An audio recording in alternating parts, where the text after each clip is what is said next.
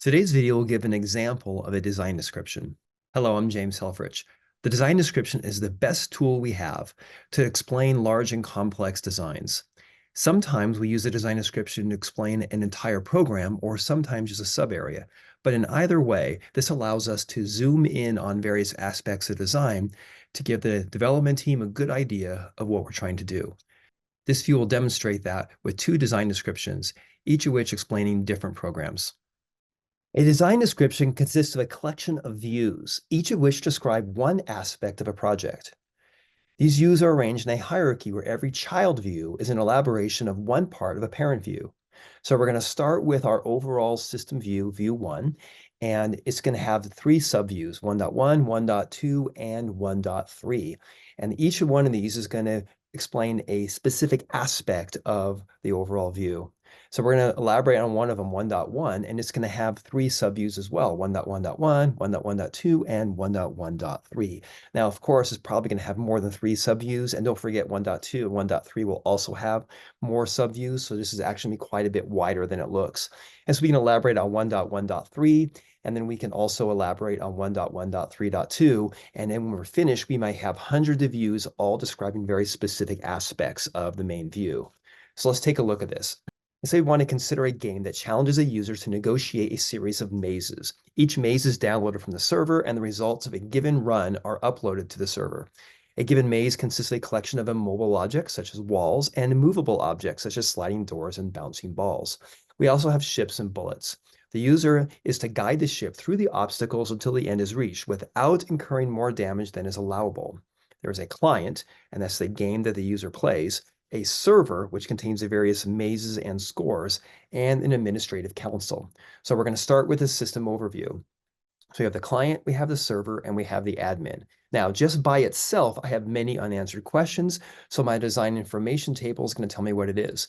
First of all, this is view number one called System Overview. Its purpose is to illustrate all the components and how they interoperate. And the description, this view illustrates the three main components of the system, the client, the server, and administrator console, and the subcomponents of each. Now, notice the elements section, which is perhaps one of the most important parts, is going to enumerate each one. So it's going to have client, server, UI, engine accounts. And most importantly, it's going to have the view number of each one of those. So if I want to zoom in on one of these guys, I can take a look at that. So in this case, I'm going to zoom in on the client, and the client is going to be view number 2. So let's zoom in on view number 2. Now this guy is going to look quite different. What is this thing? Well, let's take a look. This is a data flow diagram. Notice the viewpoint on the bottom of the table. And this is the client overview. It illustrates how the data flows through the client at a high level. Now, there are many, many different aspects of this particular design, and one of which is going to be the elements data store. And so I'm going to look in the elements bit here, and elements is see view.2.4. So I'm going to zoom in on 2.4. So 2.4 is going to be, well, this looks to be a class diagram, and sure enough, it's a class diagram. And in this class diagram, we're going to focus in on the inertial object and in the elements, that's inertia, and this is 2.4.5. Now, since this is an individual class and I know nothing about it, I'm hoping this subview will also be a class diagram, and it's going to show me the member variables and the attributes of 2.5. And so here's my inertial, and here's my table. It's also a class diagram. And notice reference by 2.4, so that's my parent view. So if I zoom in on this guy, I could pop right back out to find its parent, but it also is going to show me some aspects of it, like this update method. And this update method is going to be 2.4.5.1, so I'm going to zoom in on that one. 2.4.5.1 update, and this is pseudocode, and sure enough, the viewpoint is pseudocode. It's referenced by 2.4.5.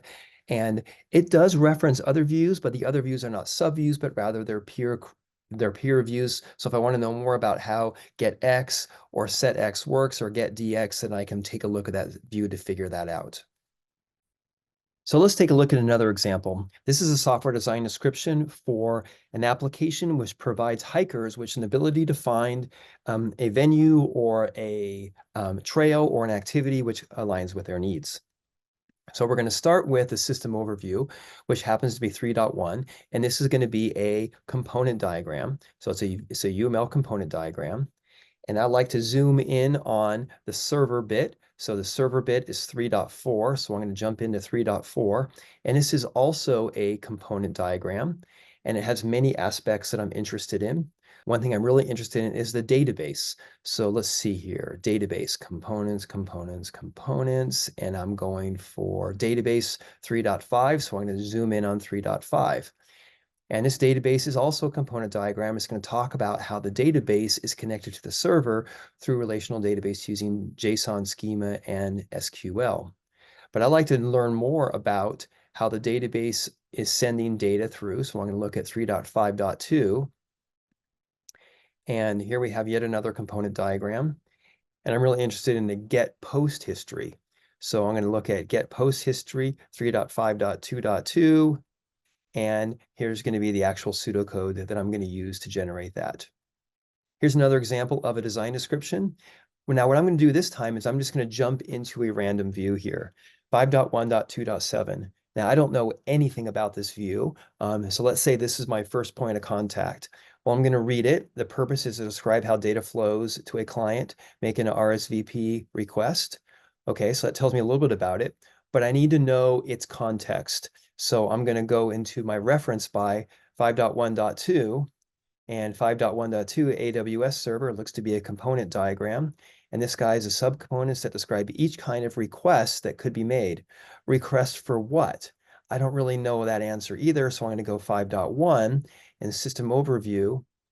And now we're beginning to see the overall system design. And so what happened is we had a server that was talking to the client and it's going to make a request.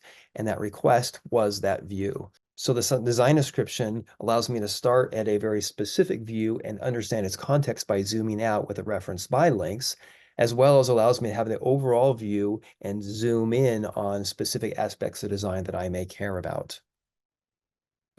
This is example 4.1.1 through 4.1.5 in the design descriptions chapter of the software design textbook.